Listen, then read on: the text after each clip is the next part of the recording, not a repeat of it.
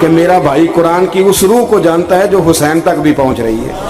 بھائیو، امام حسن رضی اللہ تعالیٰ عنہ، آپ کو پتہ ہے یہ کائنات کا وہ عظیم شخص ہے، حسن ابن علی، وہ عظیم ہستی ہے جس نے تاج چھوڑ دیا، تخت چھوڑ دیا، پر نبی پاک کی امت کو جوڑ دیا۔ نبی کریم نے ان کو اپنے ساتھ بٹھا کے کہا تھا، صحیح بخاری میں موجود ہے، کہا یہ میرا بیٹا حسن سید ہے، یا مسلمانوں کی دو جماعتیں لڑیں گی تو یہ صلح کرائے گا۔ حضرت امام حسن نے تخت چھوڑا، تاج چھوڑا، لیکن مسلمانوں کو آپس میں اتنی بڑی قربانی، اتنی بڑی قربانی۔ یہاں تو بھائی چھوٹا سا مسئلہ ہوتا ہے، مسجد میں اچھے بھلے امام صاحب نماز پڑھا رہے ہوتے ہیں، بچے پڑھ رہے ہوتے ہیں، اور مسجد میں تو تقریباً 15-20 چودھری اتوار مسجد میں ہوتے ہیں۔ تھوڑے پنڈ تے نہیں ہیں جی؟ چلو اللہ کا شکر ہے جی، اتنے نہیں تھوڑے نے، چلو اللہ کرے وہ بھی نال ہی رل جان، درویش ہی چنگی چدرا دا کی کرنا ہے۔ تو ویسے میں نے دیکھا ہے تھوڑی سی جو کسی شہر کی بڑی مسجد ہوتی ہے اس میں 15-20 چودھری ہوتے ہیں، اور مولوی صاحب کی مجبوری ہے سب کی مان کے چلنا، دو کی نہ مانے قاری صاحب، دو کی۔ اب وہ یہ نہیں دیکھیں گے کہ دین کا نقصان ہو رہا ہے، مسجد کا مسئلہ ہے، بچوں کا مسئلہ ہے، ان کو تو ذات کا مسئلہ ہے، میری نہیں مانی لیا تھا چھٹی۔ وہ خدا کے بندو، ہم 2 منٹ کے لیے چدراہٹ نہیں چھوڑتے، دین کا نقصان کر دیتے ہیں۔ امام حسن نے پوری حکومت چھوڑ دی، پوری حکومت۔ اتنا بڑا سخی کم آپ کو ملے گا جو سخاوت کرے اور نبی کی امت کو بچائے صلی اللہ ہو۔ یہ بات بیان نہیں ہوتی، اکثر نہیں ہوتی، شاید پورے کربلا میں آپ نے نہ سنی ہو، اللہ ماشاءاللہ۔ اس کو سمجھے امام حسن، اور پھر مزے کی بات، امام حسن بھی شہید ہوئے، انہیں زہر دیا گیا، اور جب وہ شدید بیمار ہو گئے نا، زہر اثر کر گیا، تو امام حسین آئے، بڑے پریشان ہوئے، رو پڑے، کہنے لگے بھائی مجھے بتاؤ کس نے زہر دیا؟ تو امام حسن کہنے لگے حسین مجھے شک ہے ایک شخص پر، لیکن شک ہے بھائی، اگر صرف شک ہے تو میں کسی بے گناہ کو بدنام کیسے کر دوں، تمہیں کیسے نام بتا دوں؟ یہ نامعلوم پرچے کراتے نہیں ہم روز ہی نامعلوم پرچے، جس پہ دشمنی ہے اس کا نام لکھا دو، ختم ہو گئی بات۔ امام حسن کی تربیت دیکھو، فرمانے لگے جس پر مجھے شک ہے اس کا نام بتا دوں، تو اگر وہ نہیں تو بے گناہ کا ذکر کیسے کر دوں؟ تو امام حسین فرمانے لگے بھائی جان اگر وہی ہوا تو آپ فرمانے لگے اگر وہی ہوا نا تو حسین پھر بھی تو چھوڑ دے، میں نے رب کے سپرد کر دیا، اللہ بہترین انتقام لینے والا ہے۔ اللہ اتنا بڑا حوصلہ سیدہ کے بیٹے کا، شیر کے بیٹے کا، شیروں جیسا کلیجہ، اتنا دل دریا سمندروں ڈونگے، کون دلاں دیاں جانے۔ او بھائی تھوڑا حوصلہ کر، جتن تے ہر کوئی کھیڈے، تو ہارن کھیڈ فقیرہ، اور جتن دا مل کوڈی پیندی ہارن دا مل ہیرا۔ او کہیں بیک بھی تو ہو نا، کہیں تو درگزر بھی تو کرنا، کہ ہر جگہ چھا کے رہنا ہے، ہر جگہ چھا کے رہنا ہے۔ میرے ایک سنگی ہیں، آپ کو پتہ ہے یہ جو سٹیج پہ بیٹھنے والے لوگ ہوتے ہیں نا، یہاں تو اچھے لوگ بیٹھے ہیں، میری طرح کے جو لوگ، جو سٹیج پہ بیٹھنے کا عادی ہو جاتا ہے وہ نیچے بیچارہ بیٹھ بھی نہیں سکتا، یہ مسئلہ ہو جاتا ہے۔ میں اکثر کہتا ہوں کہ کبھی نیچے بیٹھ کے تو دیکھو کیا فرض ہوتا ہے۔ اگر کسی بندے کی کوئی شان ہے تو وہ جو سب سے پیچھے بیٹھا ہے اس کی شان ویسی کی ویسی ہے، کوئی کمی آ جائے گی؟ کچھ بھی نہیں۔ مجھے ذاتی طور پر دیانتداری سے کہتا ہوں، مسجد میں بیٹھا ہوں، جب میرے آنے پہ لوگ نعرے لگاتے ہیں مجھے تکلیف ہوتی ہے۔ میں کہتا ہوں یار نبی پاک کی نعت چل رہی تھی، اس کا ادب زیادہ ہے یا اجمل قادری کا ادب زیادہ ہے؟ چھوڑیں آپ، جو آیا ہے وہ بیٹھ جائے گا، ختم ہو گئی بات۔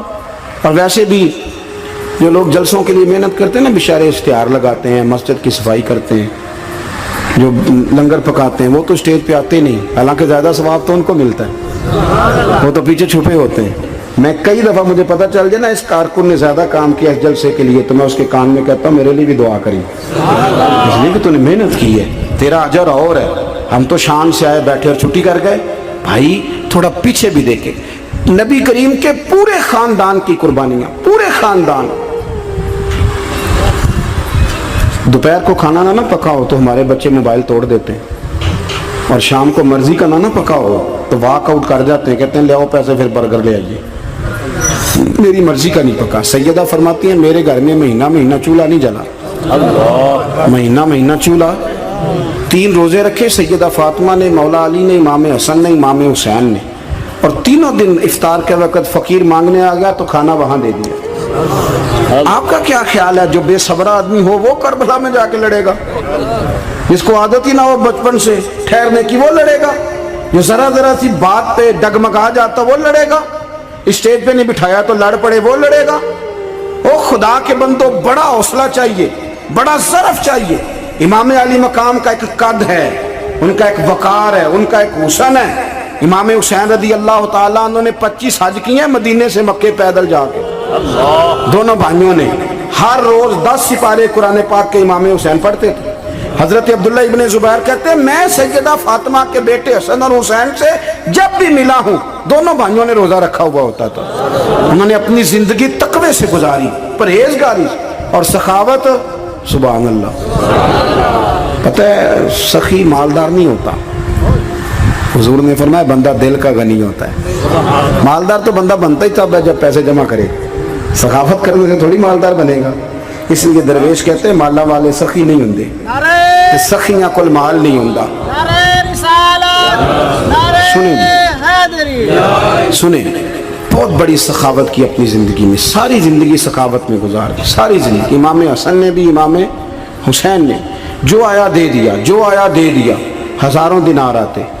ایک دن ایک فقیر مانگنے آ گیا تو امام حسن حسین دونوں تھے، کہنے لگا میں نے سنا ہے بڑے لجپال ہو، غریب ہو، مہربانی ہو جائے۔ فرمایا بیٹھ جاؤ رزق آنے والا ہے۔ تھوڑی دیر گزری تو 3000 دینار آئے۔ ویسے میرے کو 3 لاکھ روپیہ ہوئے تو مسیطے کنے دینے چاہیے؟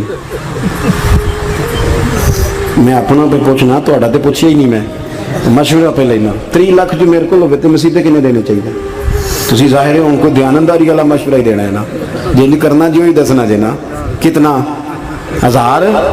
ہاں میں کبھی کبھی پیار سے بات سناتا ہوں۔ ایک سنگی میرے پاس آیا، کہنے لگا سب دعا کرو اللہ میں پیسے دے، میں وہ راج دیا گا۔ میں کہ یا اللہ 10 کروڑ دے، 9.5 کروڑ تیرے راج دے چھڑے گا۔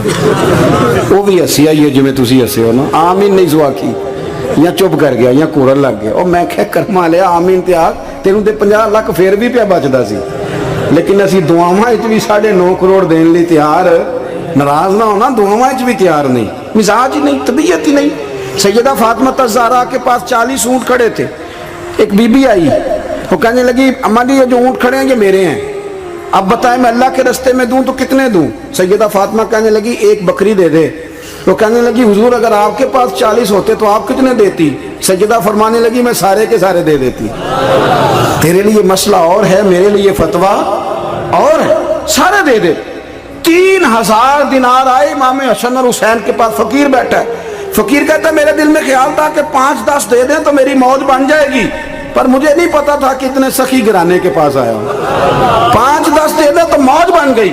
کہتے امام حسن نے 3000 دینار میری ہتھیلی پہ رکھے اور میرا ماتھا چوم کے کہنے لگے یار میرا تو خیال تھا کہ تیرے انتظار پر تجھے کچھ ملے گا، پر یہ رکھ لے، مجھے پتا ہوتا کہ تجھے اتنا ملنا ہے تو میں تجھے انتظار نہ کراتا۔